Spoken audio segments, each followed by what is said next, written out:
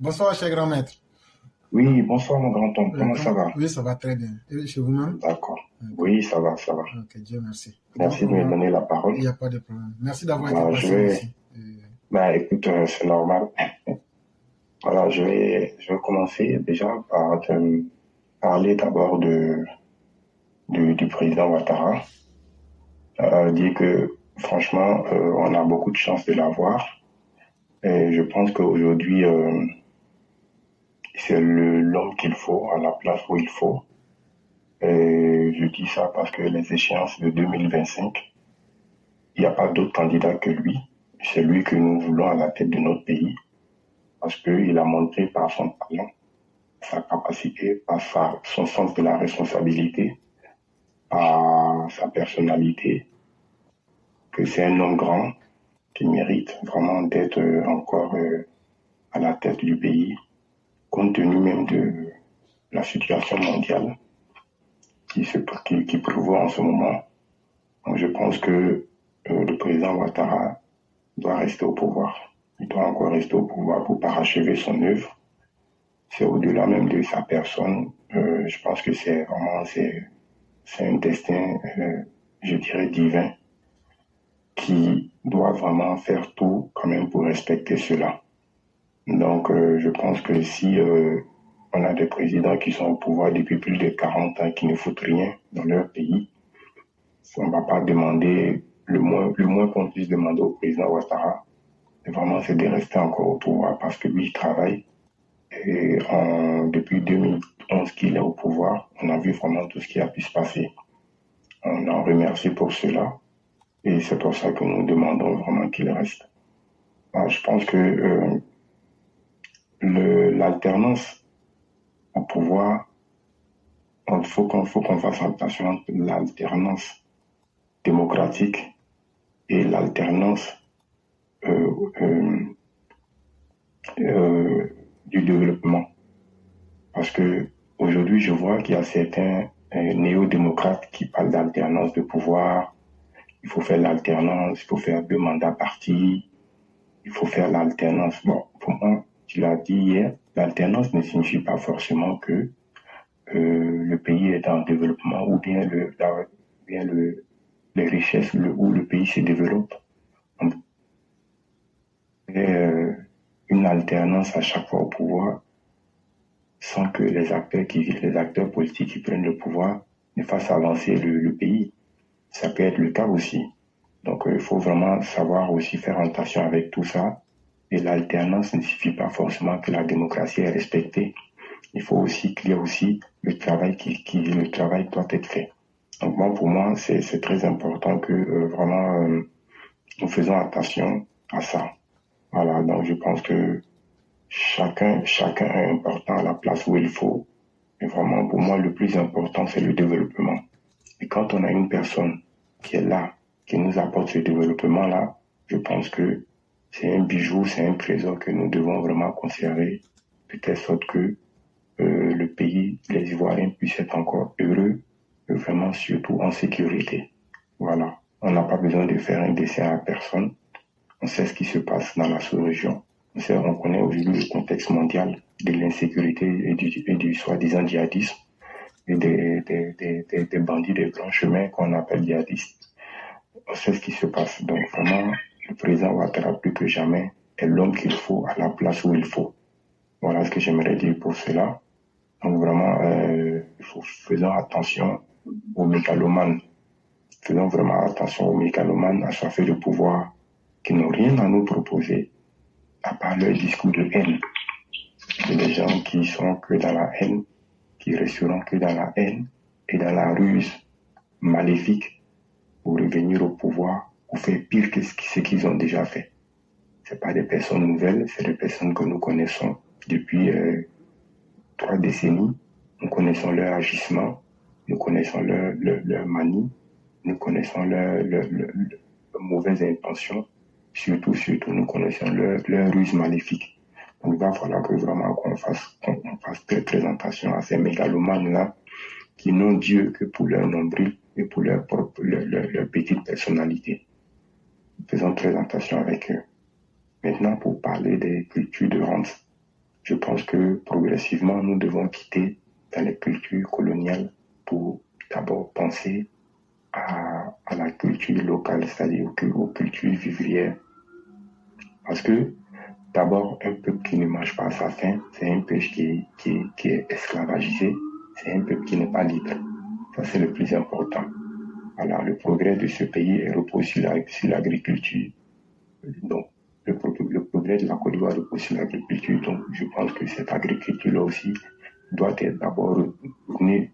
D'abord, l'objectif de cette agriculture, c'est de nourrir d'abord les agriculteurs et les populations locales, ensuite les populations régionales, ensuite les populations nationales. Ça doit être la priorité des priorités. Parce que la culture de rente, on sera toujours assujetti au dictat de ceux qui achètent ces produits-là. Voyez, et c'est le cas depuis très très très longtemps. Il faut qu'à un moment donné, on puisse trouver des alternatives qui puissent permettre à nos populations d'être d'abord, à nos cultivateurs d'être riches, d'avoir plus d'argent et surtout, leur permettre aussi de vivre de leur culture et aux populations aussi de bien se nourrir. Bon, les cultures de rente, nous, on n'est pas consommateurs de chocolat, on n'est pas grand consommateur de café. Donc, pourquoi est-ce que toujours continuer à servir la métropole comme au temps colonial? Il faut que ça s'arrête.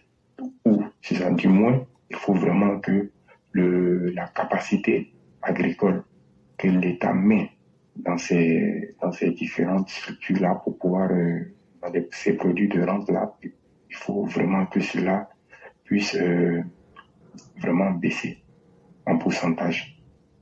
Donc voilà ce que j'aimerais dire là-dessus, sur ce truc-là. Maintenant, bon, vous voyez, aujourd'hui, on est victime aujourd'hui de la supercherie de ces nations qui utilisent ces produits de rente-là à travers le réchauffement climatique, qui pour moi, qui est une grosse arnaque.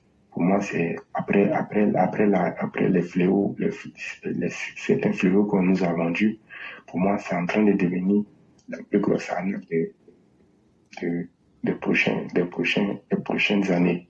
Le réchauffement climatique, pour moi, qui n'a jamais été confirmé, ne justifié par aucun scientifique de renommée. Vous voyez, ils avaient mis dans le temps, non, c'est même pas dans le temps, il y a en 2022 le prix Nobel de physique qui avait été choisi pour la promotion de ce gros machin-là. Cette grande supercherie-là.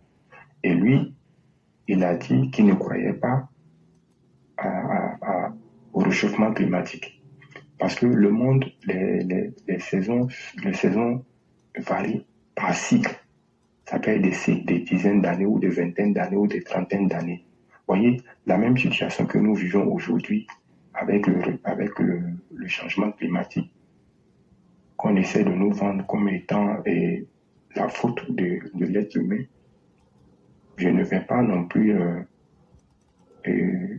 occulter la responsabilité de l'homme humain, de l'être humain sur certains fléaux naturels, mais ce n'est pas le plus important. Je veux dire, c'est l'impact humain est très infime par rapport même aux conditions, à la généralité même de la nature. Mais je pense que c'est une grosse supercherie, c'est une grosse tromperie, c'est une grosse illusion qu'on essaie de nous imposer. Simplement pourquoi? Parce qu'aujourd'hui, les Européens, et je pense que ça a été aussi signalé, aujourd'hui se rendent compte que nous sommes en train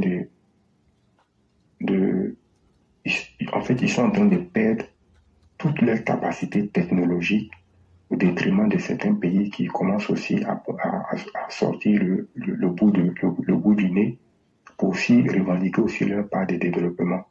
Donc, il faut changer tout ça. Il faut imposer une décision mondiale qui va aujourd'hui empêcher ces pays-là d'émerger. C'est tout. C'est tout. Et quand on voit qu'ils essaient d'éviter la dépendance aux hydrocarbures, aux richesses fossiles qui sont le pétrole, le gaz, tout ça, en créant des voitures électriques, c'est bien. Mais ça ne signifie c'est pas parce qu'il y a, un réchauffement climatique, ça ne veut absolument rien dire. En grand temps, les conditions dans lesquelles nous vivons dans les années 70, dans cette même France-là, ces conditions-là existaient déjà avec les grandes sécheresses. Pourquoi en ce moment on ne parlait pas de développement climatique? Donc c'est pour dire, vraiment, il faut qu'on fasse attention à ça. Maintenant, bon, moi je pense qu'aujourd'hui, en Afrique, le mal africain pour moi, c'est l'homme politique africain. Vous voyez, aujourd'hui, quand on a des individus, des individus vraiment au pied nickelé, au nez percé, comme ceux qu'on a en Côte d'Ivoire, c'est-à-dire qui n'ont aucun respect même pour même leurs propres partisans, leurs propres suiveurs, qui ne sont pas capables de dévoiler leur politique, qui ne sont pas capables de convaincre par leurs actions, par leur sens de responsabilité, mais qui envoient toujours leurs partisans à l'abattoir, simplement pour que eux puissent rester au pouvoir. Il va falloir que cela puisse s'arrêter. Et cela peut s'arrêter uniquement que par la justice. Vous voyez, il faut qu'on arrête cette grande plaisanterie-là, à chaque fois, de faire des deals politiques, de montrer qu'on est trop gentil, on a la main sur le cœur, parce que nous, on est des hommes de paix, on veut avoir le prix Nobel de paix, on veut remplacer Gandhi.